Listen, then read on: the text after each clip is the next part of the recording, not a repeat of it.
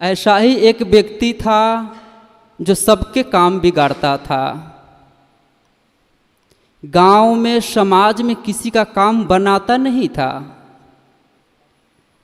तो लोगों ने उसका नाम रख दिया बिगाड़ा आनंद। किसी को काम तो बनाता नहीं था, तो सब लोग उसे बिगाड़ा नंद ही कहा करते थे। छोटे बच्चे हो, जवान हो, बूढ़े हो, सब ने उसे बिगाड़ा नंद कहते थे। एक दिन हुआ क्या कि लड़की वाले लड़का देखने आए थे। तो स्वाभाविक है कि लड़की वाले जब आते हैं तो उनके स्वागत में बहुत सी व्यवस्थाएं की जाती है।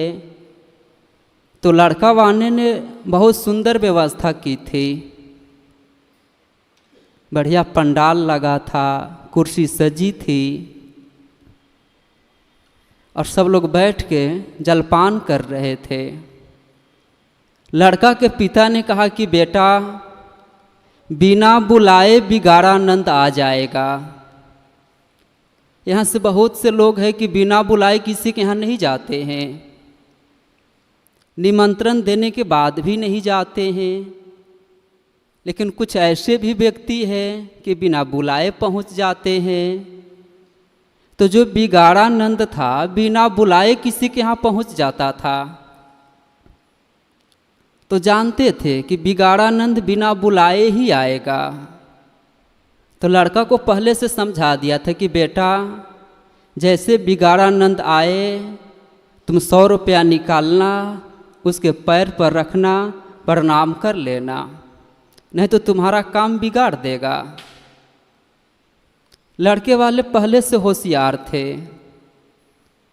सब लोग बैठ के जलपान कर रहे थे, तभी बिगाड़ा नंद आ गए। कुर्सी दिया गया, बैठाया गया।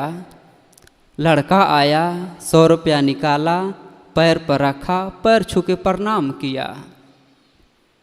बिगाड़ा नंद इधर उधर सब देखा। 10,000 15,000 खर्च किया है, लेकिन मुझे 100 रुपया दे रहा है, इतना अपमान। तो उन्होंने कहा कि जुग जुग रहो बेटा, तुम्हारी मिर्गी जल्दी ठीक हो जाएगी। सब लोग वहाँ बैठे थे, लड़की वाले बैठे थे। उन्होंने सुना कि लड़के के पास तो मिर्गी की बीमारी है और ऐसे लड़के से अपनी लड़की को देना ठीक नहीं है। सभी लोग बैठे थे, सभी चुपचाप सुन लिए। लड़की वाले ने कहा कि भैया, आपका लड़का तो हजारों में एक है, ऐसा लड़का मिलना मुश्किल है। लेकिन लड़की के मामा आएंगे, जब वह लड़का को देखेंगे तब बात आगे बढ़ेगी। बात कट गई, क्योंकि बिगाड़ा नंद ने आशीर्वाद दिया था, जुग जुग रहो बेटा, तुम्हारी मिर्गी जल्दी ठीक हो जाएगी। बात कट गई, शादी नहीं हो पाई। जो भी इस धरती पर जन्म लिया है उसको एक दिन जाना पड़ता है, चाहे साधु हो, गृहस्थ हो, सज्जन हो, दुर्जन हो, जाना सबको है। एक दिन ऐसा समय आया कि बिगाड़ा नंद मृत्यु के शैया पर लेटा हुआ था। अब उनका जाने का समय आ गया था। तो उन्होंने गांव वालों को इकट्ठा किया और रोने लगा कि भाइयों, आज तक मैंने किसी का काम नहीं बनाया। मैंने पूरे जीवन सबके काम बिगाड़ा। मेरी अंतरात्मा कचोट रही है कि बिगाड़ा नंद, तूने आज तक किसी का काम नहीं बनाया। तो गांव वालों ने कहा कि कोई बात नहीं है, आपके अंतिम समय है, हम सब गांव वाले मिलकर आपको माफ़ कर देते हैं। बिगाड़ा नंद ने कहा कि मेरी अंतरात्मा संतुष्ट नहीं है इस बात से। तो कहा कि क्या करना होगा, जब मैं मर जाऊं तो बढ़ई के बुला के एक लकड़ी कटवा के मेरे मुख में डाल देना, ऊपर से कफन डाल के तब शमशान लेके जाना। गांव वालों ने कहा कि ऐसा करना उचित नहीं है, ठीक नहीं है। बिगाड़ानंद ने कहा कि ऐसा नहीं करेंगे आप लोग तो मेरी अंतरात्मा भटकती रहेगी, कचोटती रहेगी मुझे। तो गांव वालों ने सोचा कि मर जाने के बाद क्या है, इसके मुख में एक लकड़ी डाल दिया जाएगा। बिगाड़ानंद का शरीर पूरा हो जाता है, बढ़ई को बुलाया जाता है, 2-4 फीट की लकड़ी काट के दांत खोल के उसके मुख में डाल दिया जाता है। ऊपर से कफन डाल के आरती पर लेटा के 4 लोग उसके कंधा पर लेके जा रहे थे। पीछे से हजारों लोग जा रहे थे। राम नाम सत्य है, राम नाम सत्य है, हजारों लोग पीछे से जा रहे थे। संयोग से उधर से पुलिस वाले आ गए। पुलिस वाले ने कहा कि कौन मर गया है? तो लोगों ने कहा कि जो हमारे गांव के बिगाड़ानंद थे उनका शरीर पूरा हो गया, हम लोग शमशान घाट लेके जा रहे हैं। पुलिस वालों ने कहा कि भैया हम लोग भी अंतिम दर्शन कर ले, क्यों अब तो इनका कभी हमसे मुलाकात नहीं हो पाएगी, अंतिम दर्शन हम करना चाहते हैं। सभी ने आरती को नीचे रख दिया। कफन हटाया तो देखा कि बिगाड़ानंद के मुंह में तो लकड़ी डाला हुआ है। पुलिस वालों ने कहा कि तुम्हें डर नहीं है? मैं जानता था कि ये बिगाड़ानंद किसी का काम बनाता नहीं था। तुम गांव वालों सभी ने मिलके इसके मुख में ज़बरदस्ती लकड़ी डाल डाल के मारे हो। गांव वालों ने कहा कि हमने ऐसा नहीं किया। कहा कि प्रत्यक्ष प्रमाण है कि तुम इसके मुख में लकड़ी डाल के मारे हो और ऐसा ही तुम शमशान घाट लेके जा रहे हो। गांव के लोग कहते रह गए कि ऐसा मैंने नहीं किया, लेकिन पुलिस वाले किसी को नहीं छोड़ा, सबको पकड़ के ले जाके जेल के अंदर कर दिया। जेल के अंदर किया, जैसे ताला लगाता है तो अंदर से सब ने कहा कि धन्य हो बिगाड़ानंद, जीते जी तो किसी का काम नहीं बनाया, मरने के बाद हम सब लोगों को जेल के अंदर कर दिया। तो कुछ ऐसे लोग भी होते हैं, जीते जी किसी को काम नहीं बनाता है, मरते समय अपने बच्चे से कह देता है कि बेटा मैंने तो इनसे बदला नहीं ले पाया, लेकिन तुम जरूर लेना।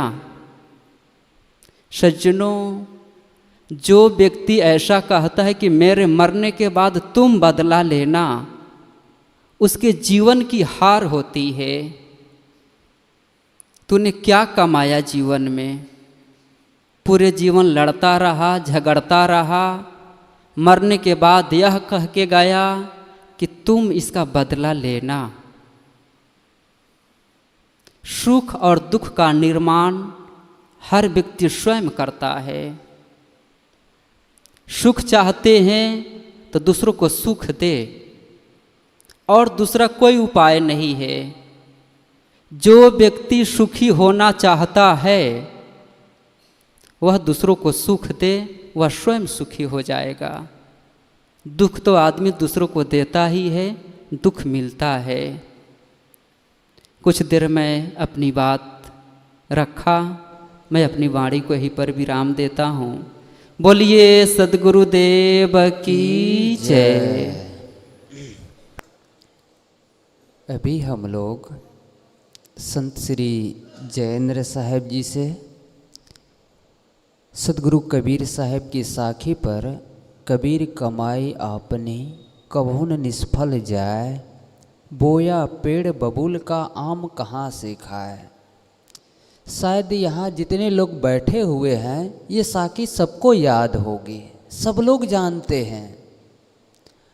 आप जो अपने जीवन में करते हैं वही आपको लौटकर मिलता है। फिर से कहूँ मैं, जो आप अपने जीवन में करते हैं वही आपको लौटकर मिलता है। आपने दूसरों को दुख दिया तो आपको कोई भगवान नहीं दुख देगा, आपका मन खुद दुख दे रहा है। तो हम दूसरों को दुखी करके और हम सुखी होना चाहते हैं, कदापि नहीं हो पाएंगे। दूसरों को नीचे झुकाकर हम ऊपर उठना चाहते हैं, कभी नहीं हो पाएगा। और कोई आदमी आज तक दुनिया में गलत काम करके सुखी नहीं हो पाया है और नहीं होगा। हम अपने जीवन को ऐसे जिए कि मरते समय हमारे मन में कोई दुख न हो, कोई पीड़ा न हो।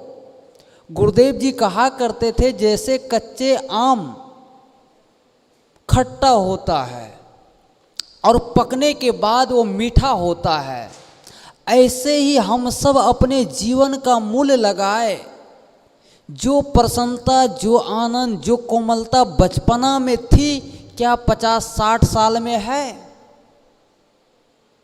अगर नहीं है तो हम अपने जीवन, देखिए बचपन की घटनाएं याद करें। आपस में बच्चे जब लड़ते थे, झगड़ते थे, फिर मिल जाते थे।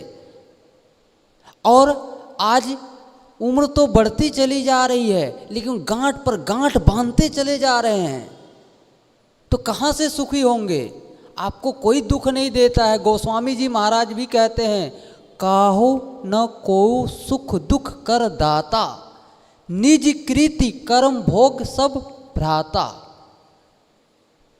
भरत कहते हैं भगवान राम से कि भैया आपको बहुत दुख है, आपकी दुख मुझे सहन नहीं हो रहा है। तो राम कहते हैं भरत से कि देखो, कोई किसी का दुख नहीं देता है, अपने किए हुए कर्मों का फल मुझे मिल रहा है। मैंने जो किया वही मुझे लौट कर मिल रहा है। आपने अपने पिता के साथ गलत व्यवहार किया, आपने अपने पिताजी को वृद्धा आश्रम में डाल दिया, तो आपके बच्चे भी आपसे सीख रहा है, आपको भी डालेंगे। आपने दूसरों को गाली दिया, आपको भी गाली मिलेगा। ये प्रकृति का नियम है। तो कोई आदमी गलत कर्म करके नहीं बच सकता है प्रकृति में।